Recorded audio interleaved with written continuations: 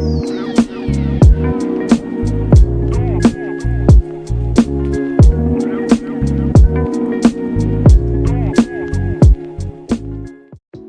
Guys, welcome back. अब बिटचैट भी हो गया। 4 जुलाई को राउंड 1 का रिजल्ट भी आ जाएगा। अगर किसी को नहीं पता तो मेरी एक व्हाट्सएप कम्युनिटी है जिसमें मैक्सिमम एस्पिरेंट्स ने ज्वाइन कर रखा है और जिसमें मैं डाउट्स क्लियर करते रहते हैं। सिर्फ मैं नहीं हूँ, बहुत सारे बिट्स के सीनियर्स हैं, काफ़ी सारे, एंड सारे टाइप ऑफ डाउट्स उधर क्लियर कर लेते हैं। और अब काउंसलिंग आ रही है तो उधर वैसे भी हेल्प मिल जाएगी। इस वीडियो को बनाने का मैं सब इसलिए बता रहा हूँ कि इस वीडियो को बनाने का भी मोटिव यही है कि मैंने अपने कम्युनिटी के अनाउंसमेंट में डाला था कि 3 टाइप के वीडियोस, 3 वो थे वीडियोस, उनमें से पोल डाला था।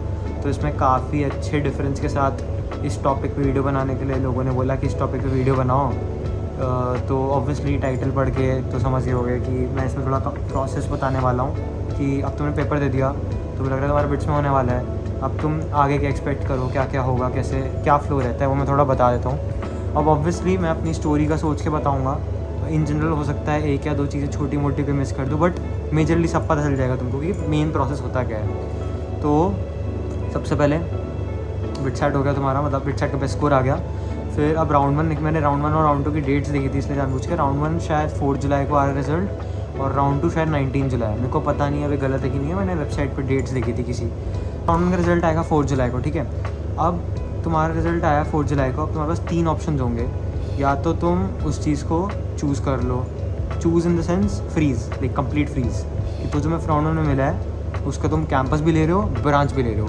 नॉर्मली उन लोगों के लिए होता है जिनको कोई पर्टिकुलर चीज़ होती है और उन्हें राउंड 1 नहीं मिल जाती है, विच इज़ थोड़ा रेयर, बट हाँ कुछ लोगों को मिल जाता है, ऐसा नहीं है। जैसे मान लो किसी का स्कोर 340 350 है एंड उसको चाहिए पिलानी चीज़, तो फर्स्ट राउंड में ही मिल गया तो ठीक है, वो फ्रीज़ करके बैठ जाएगा, शॉर्ट मिल गया पिलानी चीज़। बट एक और ऑप्शन होता है तुम्हारे पास फ्लोट, जो मैक्सिमम लोग करते हैं। अब फ्लोट में तुम्हारे पास एक होता है कैंपस फ्रीज़ और एक होता है फाइनल फ्रीज़। फाइनल फ्रीज़ तो मैंने बता दिया। अभी कैंपस फ्रीज़ जो है, कैंपस फ्रीज़ का मतलब ये होता है कि तुम कैंपस फ्रीज़ कर गए हो। जैसे तुमने फॉर एग्जांपल तुमने प्रेफरेंस फॉर्म भरा, प्रेफरेंस फॉर्म में तुम्हारे MSc फ़िज़िक्स पिलानी है, फिर उसके ऊपर तुम्हारा MSc इकोनॉमिक्स हैदराबाद है, फिर उसके ऊपर तुम्हारा MSc इकोनॉमिक्स पिलानी है, ऐसे कुछ करके है। फॉर एग्जांपल तुम्हें मिल गया राउंड 1 में MSc फ़िज़िक्स पिलानी। अब तुम्हें डर लग रहा है कि कट ऑफ इतने ऊपर चले गए और तुम्हें पिलानी जाना है। तुमने एक्सपेक्ट करा था कि तुम्हें MSc इकोनॉमिक्स पिलानी मिल जाएगा, बट तुम्हें ऐसा डर लग रहा है कि तुम MSc इकोनॉमिक्स हैदराबाद में अटक सकते हो। तो तुम ऐसे में क्या कर सकते हो, MSc फ़िज़िक्स पिलानी मिलने पे कैंपस फ्रीज़ कर दो। उससे तुम्हें तुम्हारी पूरी प्रेफरेंस फॉर्म में ऊपर जाते जाते तो कैंपस में जो तुम्हारा बेटर होगा ना वही मिलेगा, तुम्हारा कैंपस चेंज नहीं होगा। अगर मान लो अब तुम MSc फ़िज़िक्स पिलानी में हो तो MSc इकोनॉमिक्स हैदराबाद का साइड हो जाएगा और तुम्हें डायरेक्ट फिर कैंपस फ्रीज़ के चक्कर में अगर तुम्हें MSc इकोनॉमिक्स पिलानी मिल सकता है नेक्स्ट राउंड में तो तुम्हें वो मिलेगा, और जो भी फर्दर राउंड्स में। और अब एक और ऑप्शन होता है कि तुम कुछ ना लो एंड राउंड काउंसलिंग से बाहर हो जाओ। तो अभी जो काउंसलिंग से बाहर वाला ऑप्शन होता है, ये कैसे होता है, जब भी तुम्हें कोई चीज़ करनी होती है, फ्लोट या फ्रीज़ या जो भी तुम्हें कुछ करना है, अगर तुम्हें काउंसलिंग में आगे बैठना है तो तुम्हें फर्स्ट राउंड के बाद एक फ़ीस पे करनी पड़ती है। आई एम नॉट श्योर, मुझे एग्जैक्ट याद नहीं है, बट शायद 90,000 के अराउंड कुछ थी, मेरे को जितना याद है। वो कुछ फ़ीस होती है, वो तुम पे करते हो, फिर तुम आगे वाली काउंसलिंग में बैठने के लिए एलिजिबल होते हो और तुम्हारा राउंड 2 राउंड 3 में रिजल्ट्स आते हैं। तुम्हें पैसे देने पड़ते हैं उसके लिए। अगर तुम वो फ़ीस पे नहीं करोगे तो एज सिंपल एज दैट तुम काउंसलिंग से बाहर हो जाते हो डायरेक्ट। तो शॉर्ट, अब तुम काउंसलिंग में बैठ गए, तुमने दे दिया फीस और तुम राउंड 1 राउंड 2, तुमने राउंड 1 करा, फिर राउंड 2 करा, फिर तुम ऐसे करते करते फ्लोट करते करते आगे बढ़े, ठीक है। अब आता है राउंड 3, सबसे इंपॉर्टेंट होता है। नॉर्मली जो कट ऑफ्स होते हैं वो राउंड 3 के बाद गिरते हैं। राउंड 3 जो होता है, राउंड 3 होता है ऑफलाइन रिपोर्टिंग। लाइक अगर तुम्हें गोवा मिला है, हैदराबाद मिला है, पिलानी मिला है, जहाँ मिला है तुम्हें वहाँ जाना पड़ता है एडमिशन लेने के लिए। एक तरीके से अगर तुम्हें फाइनल बिट्स ही फाइनल करना है तो तुम्हें वहीं जाना पड़ता है ऑफलाइन रिपोर्टिंग के लिए। तुम ऑफलाइन रिपोर्टिंग के लिए नहीं गए, तुम्हारी सीट चली गई एंड जितना मेरे को पता है रिफ़ंड मिल जाता है उसका, जो भी तुमने पे करा था, ठीक है। अब तुम लोग फॉर एग्जांपल तुम्हें पिलानी मिल गया ऑफलाइन रिपोर्टिंग के लिए, तुम 3rd राउंड के लिए पिलानी गए। अब वहाँ पे तुम्हें डॉक्यूमेंट्स क्या चाहिए होता है, ये पूरा फ्लो के साथ चलता है। अब तुम वहाँ जाते हो, तुमको वहाँ आने से पहले वैसे तुम्हारे पास एक मेल आ जाएगी, तो ऐसे कोई बहुत ये मत सोचना कि अगर मैंने कुछ मिस आउट कर दिया तुम्हारा बहुत मिस आउट हो जाएगा, या फिर लाइक तुमने ध्यान से नहीं देखा तो दिक्कत है, ऐसे कुछ नहीं है। तुम्हारे पास एक मेल आ जाएगी, तो बस मैं तुम्हारे सपोर्ट के लिए, तुम्हारे को थोड़ा समझाने के लिए डाल रहा हूँ। तुम्हें मेल आ जाएगी, उसमें प्रॉपर सारे इंस्ट्रक्शंस होंगे तुम्हें क्या क्या चाहिए, क्या नहीं चाहिए, क्या लाना ज़रूरी है, ये सब वो सब। एंड मेजरली तुम्हारे पास एक तुम्हें अपना जो ऑफ़र लेटर तुम्हें मिला होगा, मेल आ जाएगा तुम्हारे ऑफ़र लेटर का, एक वो ऑफ़र लेटर तुम्हें ले जाना होगा, उसका प्रिंट आउट। तुम्हें एंटी रैगिंग फॉर्म होता है, एंटी रैगिंग का फॉर्म वही मेल पे भेज देंगे सब, तुम उसका प्रिंट आउट लेके उसका जो भी निकाल के फिल कर दोगे।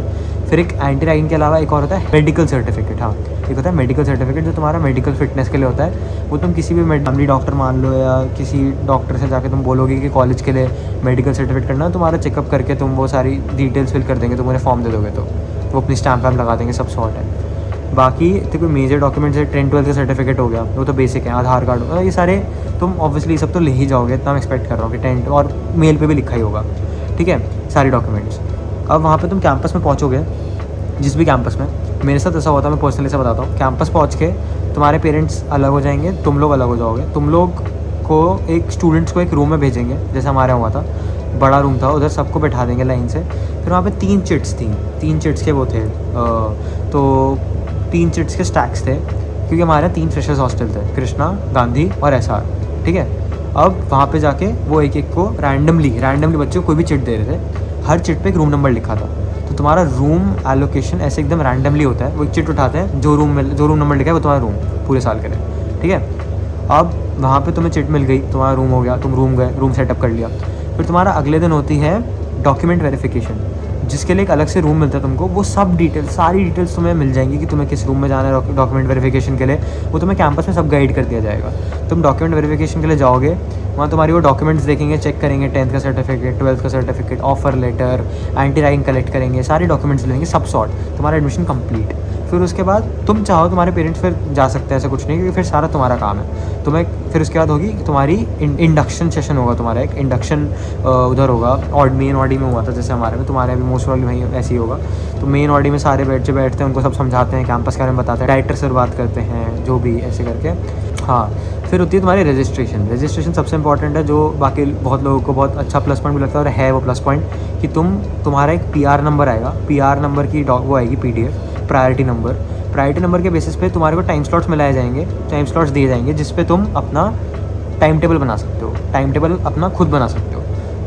तुम्हें ऑप्शंस दिए जाएंगे कि तुम इससे ये स्लॉट वाला लेक्चर ले सकते हो, इसमें ये टीचर पढ़ाएगा, तुम्हें ये टीचर चाहिए, तुम्हें अब वो हम सीनियर्स सारे लोग, तुम हमसे पूछ लोगे, हम लोग ऑब्वियसली प्रोवाइड कर देंगे, क्या सीन है वो सब तुम्हें प्रोवाइड कर दिया जाएगा। सीनियर्स से तुम गाइडेंस ले सकते हो कि कौन सा तुम प्रोफेसर चूज़ कर सकते हो, या फिर कौन सा टाइम स्लॉट ले सकते हो, तुम्हें कौन सा टाइम स्लॉट लेना चाहिए, कौन सा टाइम स्लॉट में तुम कर पाओगे या नहीं कर पाओगे, या मुश्किल होता है, जो भी सॉर्ट तुम्हारा सब सॉर्ट हो गया।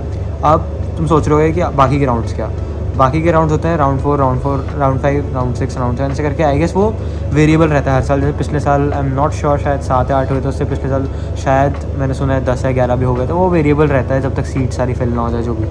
तो तुम्हारे राउंड होते हैं। अब ऐसा भी हो सकता है कि तुमको कैंपस टू कैंपस ट्रांसफ़र करना पड़े, तो अगले राउंड में अपग्रेड होकर बिट्स गोवा में कोई अच्छी ब्रांच मिल गई, बेटर ब्रांच मिल गई, या जो तुम्हारे प्रेफरेंस फॉर्म में ऊपर था वो मिल गया, तुम बिट्स गोवा जाओगे, फिर वहाँ पे तुम रहोगे।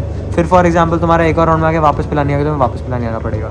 तुम कुछ कर नहीं सकते इसमें, तुम्हें जहाँ बोला जाएगा अगले राउंड में तुम्हें वहाँ जाना पड़ेगा, वरना तुम्हारी सीट कैंसिल हो जाएगी। तो ये एक थोड़ा सा इनकन्वीनियंट पॉइंट मान लो, जिन लोगों को थोड़ा अपनी मनपसंद वाली चीज़ पहले नहीं मिलती है, उनको बार बार ट्रांसफ़र होना पड़ता है। इसलिए मैं बोल रहा था कि मेजर लोग 3rd राउंड के बाद या तो ऑफलाइन रिपोर्टिंग करते नहीं हैं, या तो करते हैं तो फ्रीज़ कर देते हैं कि उन्हें बार बार कैंपस चेंज नहीं करना है। तो इसलिए मैं बोल रहा था कि उसके बाद कट ऑफ थोड़े गिरते हैं, क्योंकि ऑब्वियसली मैक्सिमम लोग फिक्स कर देते हैं अपना, वरना सब लोग ऐसे फ्लो के साथ चल रहे होते हैं, सब कट ऑफ बढ़ा रहे होते हैं, एंड ऑफलाइन रिपोर्टिंग में थोड़ा रिपोर्ट भी कम करते हैं। तो ओवरऑल ऐसे ही सिस्टम रहता है। डॉक्यूमेंट्स मैंने मेंशन कर दिए तुमको, 10-12 का सर्टिफिकेट, एंटी रैगिंग, हेल्थ का, वो सब तुम्हें 12 मेल में भी आ जाएगा। तुम्हें पूरा प्रोसेस एक बार ऑल ओवर मैंने बता दिया कैसा रहता है, रूम की चिट्स मिलती हैं, फिर तुम कैसे फ्लो रहता है, फिर तुम्हारा इंडक्शन होता है, सब बता दिया, ताकि तुम्हें थोड़ा अपना माइंड प्रिपेयर रहे तुम्हें कि तुम्हें कैसे क्या होगा वहाँ पे, क्या नहीं होगा, तुम पजल्ड से रहोगे। एंड बाकी इंस्टाग्राम पे फॉलो कर लो, कुछ डाउट्स हो तो वहाँ भी तुम पूछ सकते हो। एंड व्हाट्सएप कम्युनिटी पक्का ज्वाइन कर लेना, क्योंकि अब तो बस आ ही गया कैंपस वापस आने का टाइम, एंड राउंड आते चले जाएंगे, तो सारे कट ऑफ डिटेल्स सब डाला करूँगा, तो कम्युनिटी काफ़ी हेल्प करेगी। तुम्हारे बाकी बैचेस भी होंगे वहाँ पे, एंड सीनियर्स होंगे, उसका लिंक भी डिस्क्रिप्शन में होगा, इंस्टाग्राम हैंडल का भी, और पिन कमेंट में भी डाल दूँगा। और कोई डाउट वाउट हो और कुछ हो तो कमेंट कर देना, जिस भी टाइप का वीडियो चाहिए वो बता देना, क्योंकि बेटर ही है तुम्हें जो डाउट हो तुम्हारे क्लियर हो जाएंगे कि तो तुम्हारे लिए थोड़ा दिक्कत की बात नहीं होगी, थोड़ा स्मूथ प्रोसेस हो जाएगा कैंपस में पूरा आना, कैंपस का रजिस्ट्रेशन सब कुछ।